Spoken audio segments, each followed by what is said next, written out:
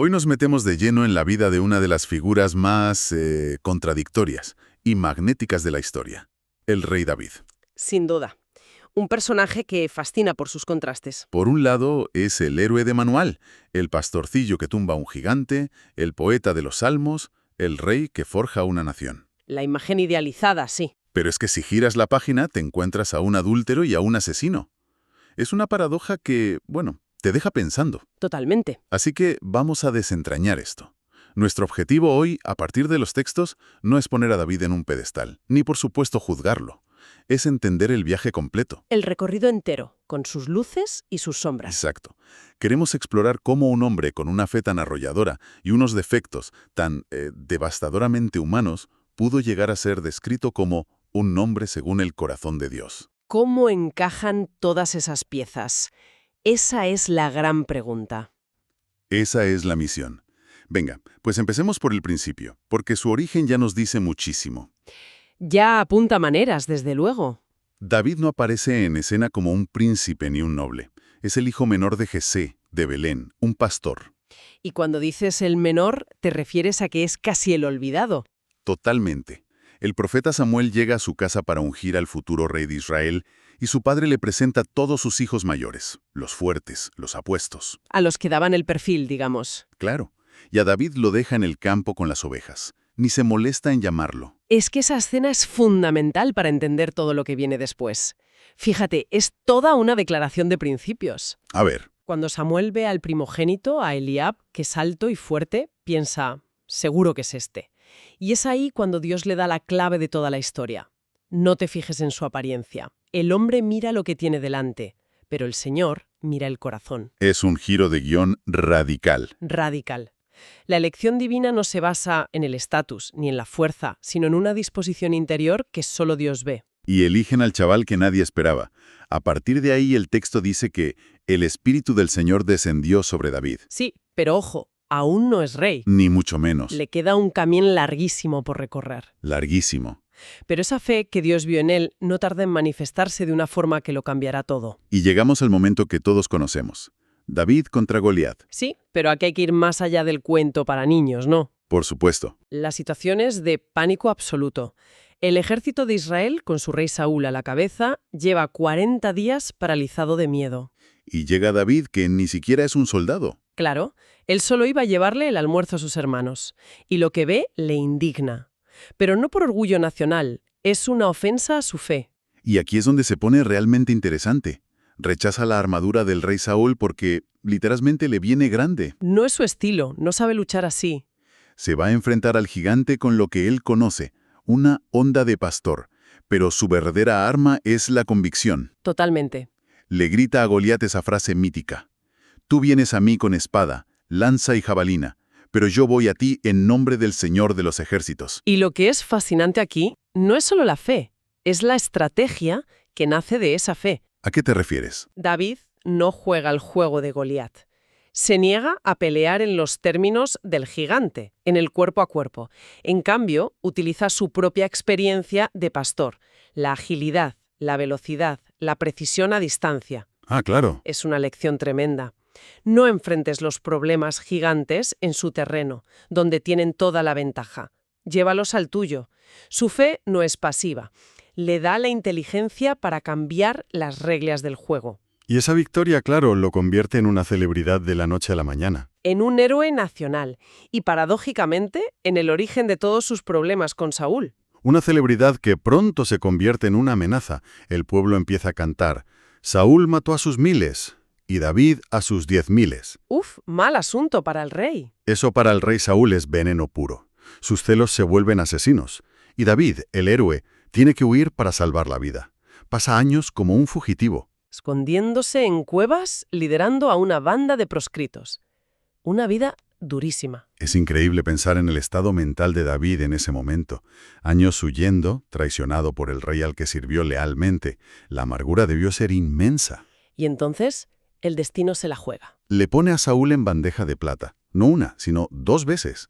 Lo encuentra vulnerable, dormido, a su merced. Y sus hombres le dicen, es ahora, Dios te lo ha entregado. La tentación es casi irresistible, ¿no? Humanamente, La venganza estaba justificada, pero su reacción es asombrosa. Se niega. Se niega en rotundo y pronuncia la frase que define esta etapa de su vida. No extenderé mi mano contra mi Señor porque es el ungido del Señor. Que revela una madurez espiritual brutal. Brutal. Por un lado, un respeto casi sagrado por la autoridad instituida por Dios, aunque esa autoridad sea injusta. Pero, perdona que te corte, ahí hay algo que no me encaja. A ver, dime. Es que muestra un respeto increíble por la vida de Saúl, su peor enemigo. El ungido del Señor, sí. Exacto. Y años más tarde, manda la muerte a Urías, uno de sus hombres más leales, sin pensárselo 2 veces, para tapar un adulterio. ¿Cómo? ¿Cómo se come eso? Esa es la pregunta del millón y el corazón de la paradoja de David. Y creo que la respuesta está en el contexto. ¿Vale? En el desierto, como fugitivo, David vive en una dependencia total de Dios. Su fe es lo único que tiene. Está en un estado de alerta espiritual constante. ¿Y luego? Más tarde, en el palacio, en la cima del poder, rodeado de seguridad y comodidad, es cuando baja la guardia. La misma persona, en circunstancias diferentes, toma decisiones radicalmente opuestas. Qué fuerte. Su respeto por Saúl demuestra su capacidad para la grandeza y su pecado con Urías demuestra su capacidad para la depravación. Ambas cosas son David. Y eso es lo que lo hace tan humano. Una dualidad tremenda. Finalmente, los tiempos de Dios llegan. Saúl muere en batalla y David es coronado rey. Rey de todo Israel. Unifica las tribus, conquista Jerusalén y la convierte en la capital.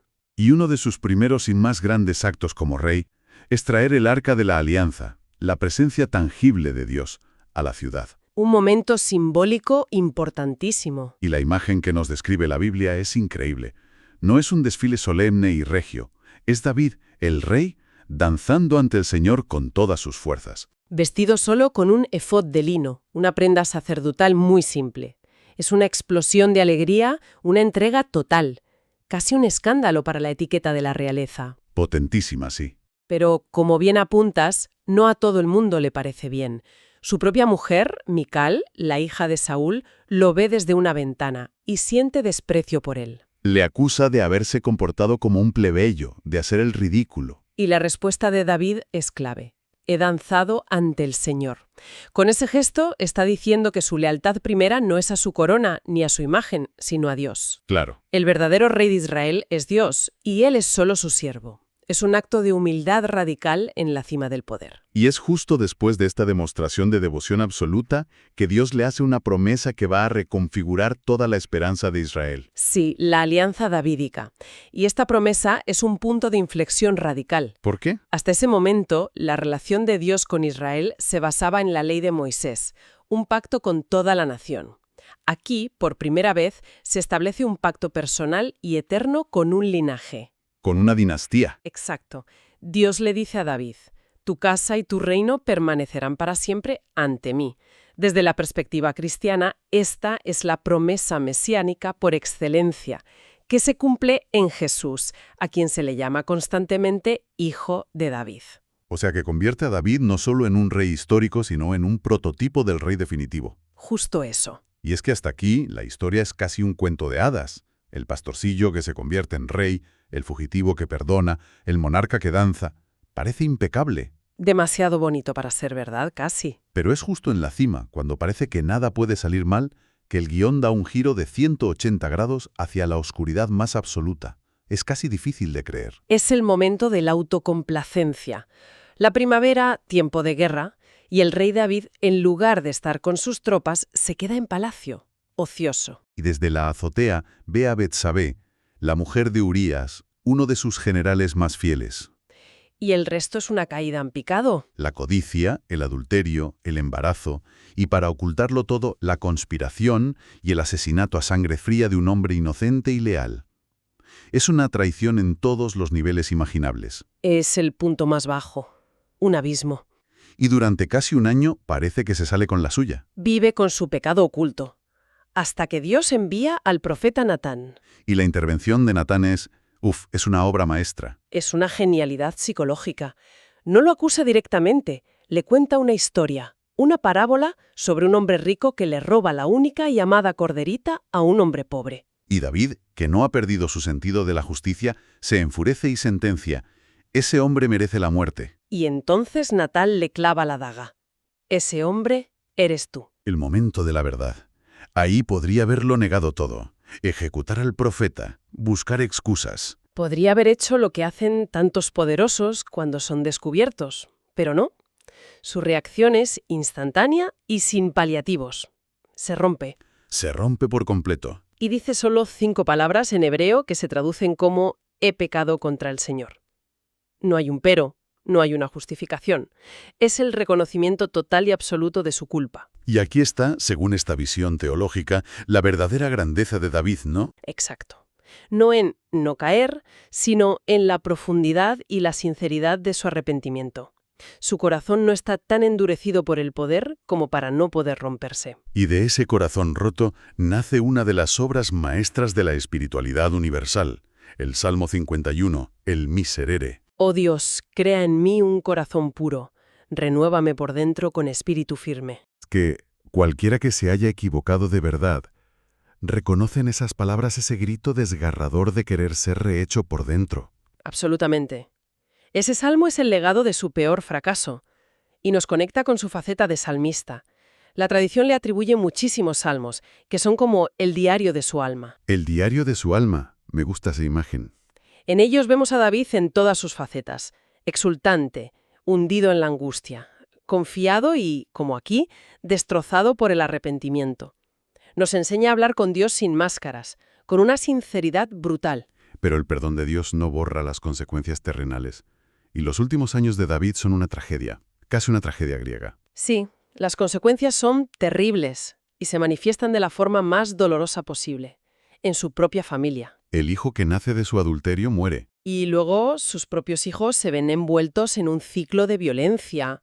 Uno viola a su hermanastra, otro lo asesina en venganza, un desastre. Y la culminación es la rebelión de su hijo más querido, Absalom, que intenta usurparle el trono. Y David tiene que volver a huir de Jerusalén, pero esta vez no perseguido por su enemigo, sino por su propio hijo. Es un eco terrible de su pasado. Pero ahora teñido por la conciencia de que su propio pecado ha sembrado el caos en su casa. Exacto. Y la muerte de Absalón en la batalla le causa un dolor que casi lo destruye. Su lamento, hijo mío Absalón, hijo mío, ¿quién me diera haber muerto en tu lugar? Es uno de los pasajes más desoladores de la Biblia. Y asume todo este sufrimiento con un espíritu penitencial. Entiende que son las amargas consecuencias de sus actos. Sin embargo, incluso en su vejez, su enfoque sigue siendo la voluntad de Dios y el futuro de Israel. No pierde el norte. No.